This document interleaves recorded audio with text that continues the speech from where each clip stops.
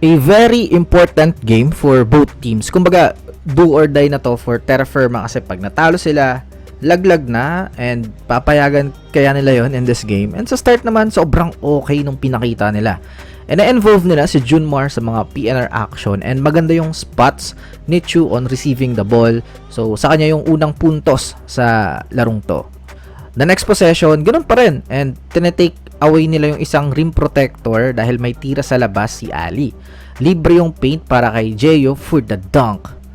Ang ganda ng start nila kasi yung main point is to attack the paint of SMB kahit malaki sila eh. Another 2 points para sa Jeep.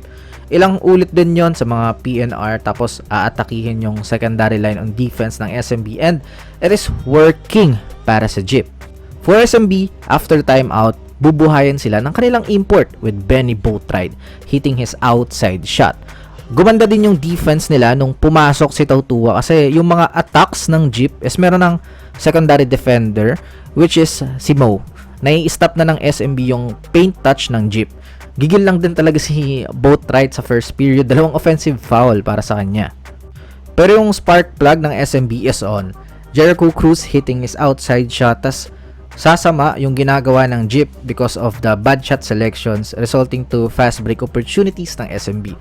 Pretty good start sana ng Terra Firma kaso lang yun talaga yung question eh. Paano nila ma-maintain yan whole game against a formidable team like SMB?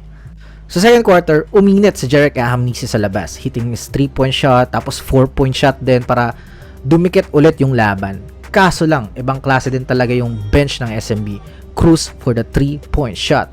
Tapos bumalik na si Benny Boatwright na kalmado, attacks the rim, 2 points.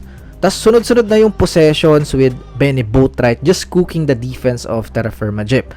Perfect import talaga para sa SMB. 12-point lead at the half.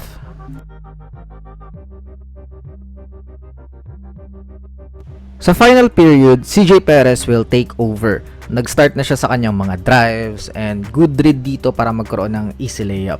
Tapos nagkaroon pa ng chance sa transition, another basket para kay Perez. Tapos dinaan lang ng SMB sa quick offense. After magmintes ng Jeep, just push the ball. Tapos parang walang Junmar stopper sa Jeep eh. Ali is just letting Junmar get good looks, 2 points. Kahit dito, hinayaan niya lang si Junmar to have the offensive rebound and not making it difficult sa ilalim. Tas ang weird lang din na biglang papaupuin siya with 5:54 left in the game. So nung nawala si Ali, chance yon ng SMB na mas lalong kainin sa paint yung Jeep. Si Boatwright getting his spot, maliit lang yung bantay, 2 points. Tas again, CJ Perez with the icing on the cake sa transition, 2 points. Kahit pa binalik si Ali right after that, so wala na eh, GG na. Medyo disappointing talaga kasi for a do or die game, sana man lang is nakitaan natin ng good fight or nag-e-effort talaga sila.